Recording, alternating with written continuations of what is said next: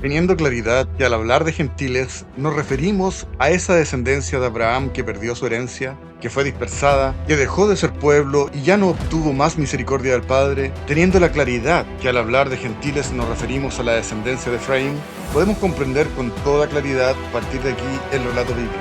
En este contexto, las palabras registradas en los evangelios y principalmente las palabras de Pablo, que a través de la historia han sido tergiversadas y mal interpretadas, han puesto una doctrina en la mente de los creyentes que ha guiado el pensamiento cristiano en los últimos 2000 años.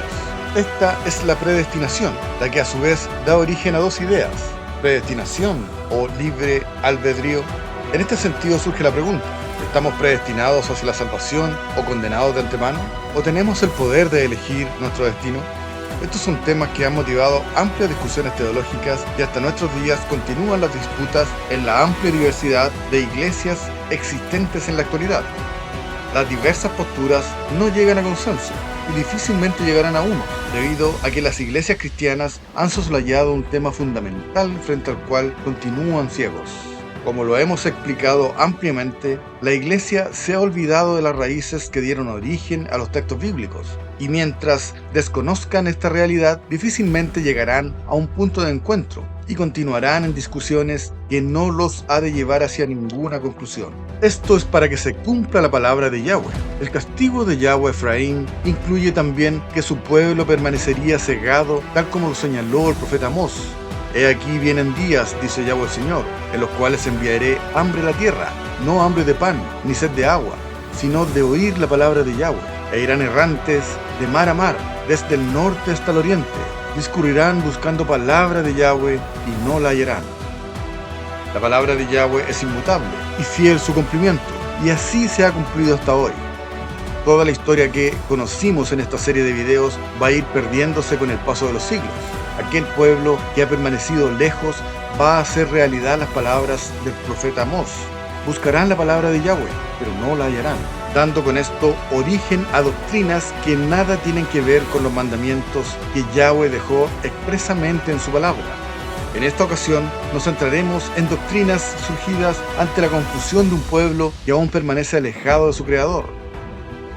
Predestinación y libre albedrío son doctrinas que nacen junto a la Reforma Protestante, de la mano de Juan Calvino y de Jacobo Arminio, respectivamente. Esta última como respuesta a la doctrina de la predestinación. A partir de entonces, millones de creyentes han abrazado una u otra creencia, pero como todos los temas que hemos ido analizando en este espacio, es necesario analizar el origen de esta creencia y, lo más importante, si esta enseñanza está acorde a lo que nos enseñan las Escrituras.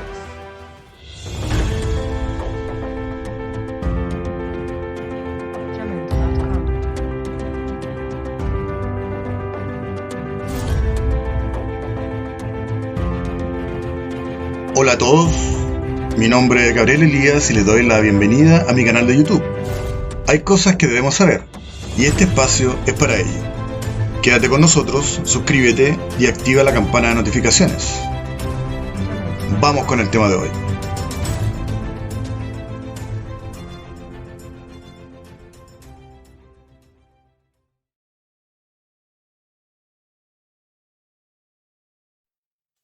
Para comprender estos conceptos resulta absolutamente necesario sumergirnos en la historia, retroceder en el tiempo y comprender los alcances de esta creencia. Las principales doctrinas nacidas en el cristianismo, si bien parecieran estar tomadas de las páginas de la Biblia, y así lo creen la gran mayoría de los creyentes, la mala lectura de ella hizo que estas doctrinas nacieran del pensamiento de los hombres y muy lejos del corazón de Yahweh, y de acuerdo a intereses no solo religiosos, sino que también a intereses políticos y económicos, y muy lejos del verdadero sentido que poseen las Escrituras. Es bien sabido que la lectura de las Escrituras al principio de la era cristiana y hasta bien entrada la Edad Moderna estaba absolutamente restringida, por lo que su comprensión e interpretación estaba reservada solo a una pequeña élite, quienes eran los encargados de discernir y contender entre las diversas corrientes surgidas por las doctrinas que triunfarían en esta carrera por obtener la hegemonía en un tema tan fundamental como lo es el desarrollo del poder y donde la religión juega un rol fundamental. Después de la partida de los apóstoles, inmediatamente se introdujeron herejías que facilitaron un viraje absoluto en la orientación correcta de la fe dada originalmente a los santos. El sentido de la fe original poco a poco fue recibiendo influencias provenientes de otros pensamientos y de otras religiones. Credos que se fueron fusionando hasta generar un cuerpo de creencias totalmente ajena de aquella que debimos seguir, según lo establecido por los patriarcas, los profetas y los apóstoles. Aquella fe, que era de origen hebreo, fue perdiendo sus raíces y adoptando una fisonomía absolutamente occidentalizada, muy lejos de aquella que la vio nacer, con lo que se fue perdiendo el verdadero significado de todo aquello que nos legaron los escritores de los diversos libros que componen aquel cuerpo que hoy conocemos como la Biblia. Con la mirada occidental que se le imprimió a la Biblia, se hizo muy difícil comprender muchas de las palabras, de las acciones, de los rituales y de los significados que estaban establecidos en sus líneas, quedando en el olvido el sentido original que ahí había quedado plasmado. Pensemos en cómo cada una de las costumbres de los diversos países en los que habitamos perderían su esencia y su sentido si se le aplica a la cultura de otro rincón del mundo completamente ajeno a nosotros. Lo más probable es que al no ser capaz de comprender ciertos códigos que nosotros manejamos y que para ellos resultarían completamente extraños, se le apliquen las costumbres que a ellos se les son familiares, con lo que se va perdiendo el sentido original, reemplazándolo con lo que es comprensible para ellos. Esto es lo que le ocurrió a las Escrituras, y con el paso de los siglos, su esencia original se fue perdiendo completamente, y fue reemplazada por una mirada occidental que muy poco tiene que ver con su sentido original. El cristianismo nace al alero del Imperio Romano, y bajo la creencia de que Jesús vino a fundar una nueva religión que nos llevaría hacia Dios. Una creencia distinta nacía respecto de aquella que practicaban aquellos detestables judíos que habían rechazado al Mesías y le habían dado muerte.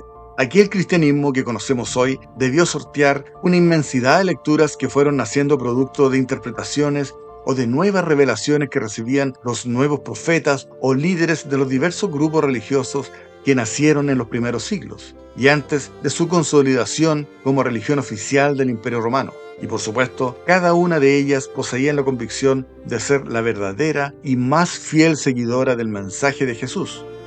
Grupos como los montanistas, los ebionistas, marcionistas o el gnosticismo, por mencionar algunos de los más importantes, generaron una gran cantidad de doctrinas que se fueron introduciendo para entregar una interpretación y una nueva manera de comprender aquellos misterios que nos dejaron planteados los escritos bíblicos.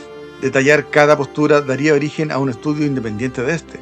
Lo que nos interesa en este estudio es dejar de manifiesto que el cristianismo que hoy conocemos recibió la influencia de diversas fuentes que fueron otorgándole el aspecto con el que hoy lo conocemos.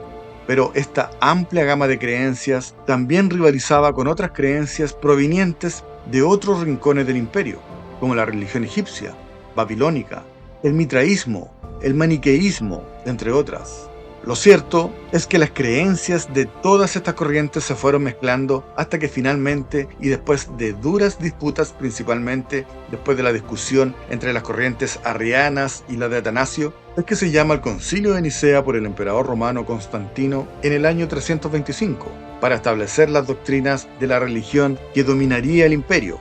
Es en este concilio, en Nicea, donde triunfa la visión defendida por Atanasio, dando origen a la doctrina de la Trinidad, que se consolidaría en el concilio de Constantinopla en el año 381 después de Cristo, en desmedro de la arriana de la unicidad de Dios, con lo que nace y se consolida lo que hoy conocemos como Iglesia Católica Apostólica y Romana, que es el fruto de la fusión de la diversidad, no solo de las distintas posturas dentro del cristianismo, llamado primitivo, sino también de las otras religiones que se disputaban el predominio al interior del imperio. Con esta magistral jugada, Constantino buscaba consolidar su poder después de la guerra civil frente a su rival, el general Megencio, por el control del imperio occidental y posteriormente derrotando a Licinio, quien dominaba el lado oriental del imperio. De esta manera, Constantino logra reunificar el imperio bajo su poder y con el apoyo de un grupo que se había hecho mayoritaria en la mayoría de los rincones de los extensos territorios romanos, los cristianos. De esta manera, Constantino obtenía el poder político, religioso y militar, por lo que su decisión por el cristianismo estuvo muy lejos de tratarse de una señal proveniente del cielo, que le permitió ganar su batalla en el puente de Milvio ante el general Magencio, su rival por el trono romano. A partir de ese momento, el cristianismo niceno se consolida y años más tarde, bajo el gobierno de Teodosio el Grande, se convierte en la religión oficial del imperio, mediante el Edicto de Tesalónica en el año 380, con lo que se convierte en universal, es decir, en católica. De esta manera, las raíces originales de la fe de las que nos hablaron los profetas, Jesús y los apóstoles, quedaban olvidadas y desacreditadas por una religión que iba a dominar por los próximos 2000 años. Con la caída del Imperio Romano de Occidente en el año 472, el poder papal se va a ver disminuido. El poder político que lo sostenía se había derrumbado para siempre. El poder se va a afianzar en Constantinopla, que pasa a tener la preeminencia en la cristiandad, una posición de privilegio en desmedro de Roma, pues en el lado oriental el imperio continuaba fortalecido. El Papa romano tuvo que jugar sus cartas políticas y establece alianzas con el pueblo bárbaro más fuerte de los que se había repartido los despojos del imperio romano después de su desplome, y que se había establecido en la antigua Galia, los francos. El papado necesitaba de un poder político, y lo encuentra en ellos, y en su líder, quien se convierte al catolicismo junto a todo su ejército, el rey Clodoveo. El rey Clodoveo también afianzaba su poder y establece su autoridad sobre los demás pueblos dominados en el nombre de Dios. De igual manera, sus descendientes gobernarían por mandato divino, consolidándose el poder franco bajo el reinado de Carlomagno. La Iglesia Católica se convertiría en la gran señora que tendría la hegemonía absoluta por casi 1000 años y sentaría las bases de un sistema social, económico y político como lo fue el feudalismo, que se validaba a través del cristianismo católico. La Edad Media se había constituido en un periodo demasiado extenso, pero los tiempos estaban cambiando. Era evidente que la antigua iglesia medieval, la sociedad total que se remontaba a los tiempos carolingios, estaba desintegrándose. Johann Geiler de Estrasburgo, uno de los últimos grandes predicadores de la Edad Media, había pronosticado la disolución en su último sermón ante el emperador Maximiliano. Puesto que ni el Papa, ni el emperador, o los reyes, o los obispos están dispuestos a reformar nuestra vida, Dios enviará un hombre con ese fin. Abrigo la esperanza de ver ese día, pero soy demasiado viejo. Muchos de vosotros lo veréis, y cuando llegue el momento os ruego que penséis en estas palabras. Efectivamente, el orden establecido a través del Concilio de Nicea en el año 325 finalmente se rompería ante la protesta del monje agustino alemán Martín Lutero, quien, al clavar en la puerta de la catedral de Wittenberg sus 95 tesis, daba inicio a un periodo de reformas que dividiría la cristiandad en dos posturas irreconciliables, llegando a desatar cruentas guerras religiosas que desangraron Europa. Es aquí donde van a surgir nuevas doctrinas como las que nos convocan esta oportunidad, como lo es la doctrina de la predestinación. Este momento histórico es un hito importante para los cristianos protestantes. Sin embargo, es necesario dejar en claro que esta fue una división de la Iglesia Católica en otra vertiente de la misma, y que nada tiene que ver con aquellas raíces hebreas de las que hablamos al principio. En la Reforma Protestante no hubo ninguna vuelta a las raíces originales de la fe en Yahweh. Solo significó una reformulación de aquellas doctrinas que se establecieron a partir del Concilio de Nicea y de los posteriores concilios que le sucedieron. No fue una revolución y una vuelta a sus raíces. Fue solo una reforma de sus propias doctrinas y que muy poco tienen de bíblicas. Hacía 15 siglos que los cristianos se habían separado de los judíos y los habían mantenido lo suficientemente marginados como para volver a mezclarse con ellos. El cristianismo nada tenía que ver con aquella raza detestable, por lo que no hubo ningún atisbo de asomarse a aquellas raíces que habían quedado olvidadas y enterradas. Las discusiones entre los reformadores giraban en torno a la necesidad de encontrar los puntos en común para establecer una teología que representase su posición frente al catolicismo.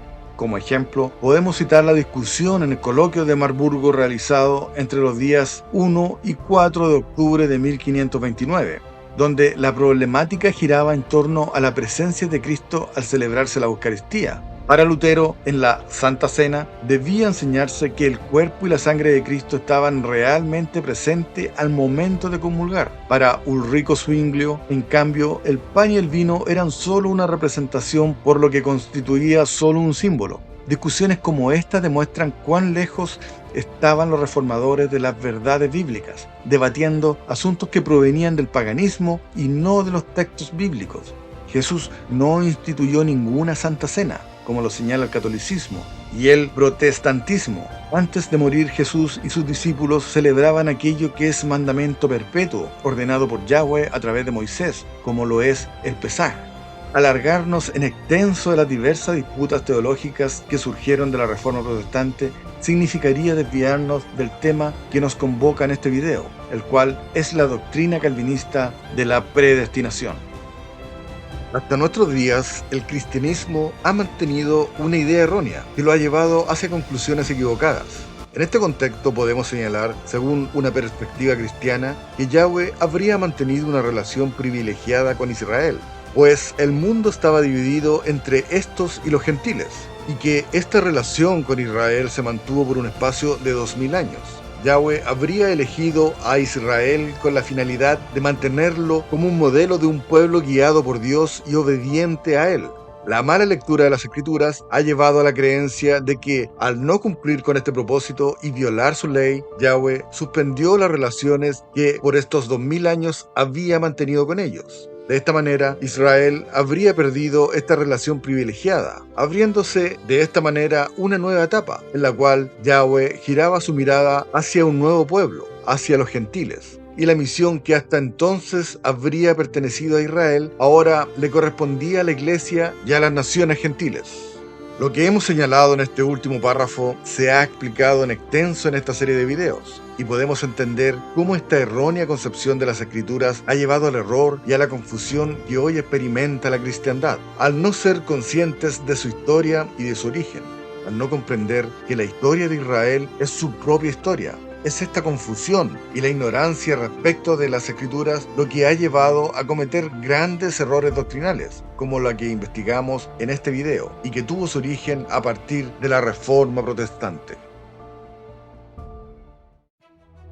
La mala lectura de las Escrituras ha llevado a la creación de diversas doctrinas que hoy el cristianismo considera como dogmas fundamentales, pero que tan solo nacieron del pensamiento de los hombres, de acuerdo a sus intereses, no solo religiosos, sino también políticos y económicos, y que estuvieron muy alejados del verdadero sentido de las Escrituras.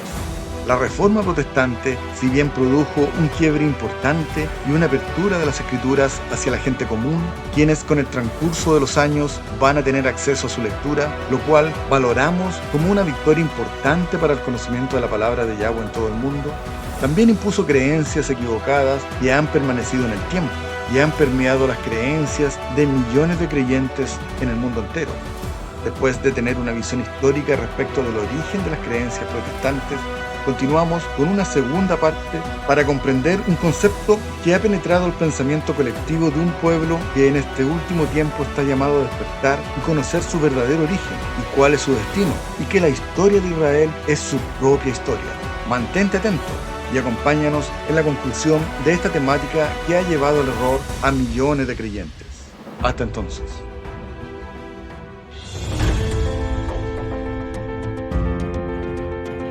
Hasta aquí nuestro video de hoy. Gracias por visitar nuestro canal. Estaremos subiendo videos continuamente, así que dale like, suscríbete y activa la campana de notificaciones para que no te pierdas nuestros videos. Mi nombre es Gabriel Elías y esto es Debes Saberlo. Nos vemos en la próxima.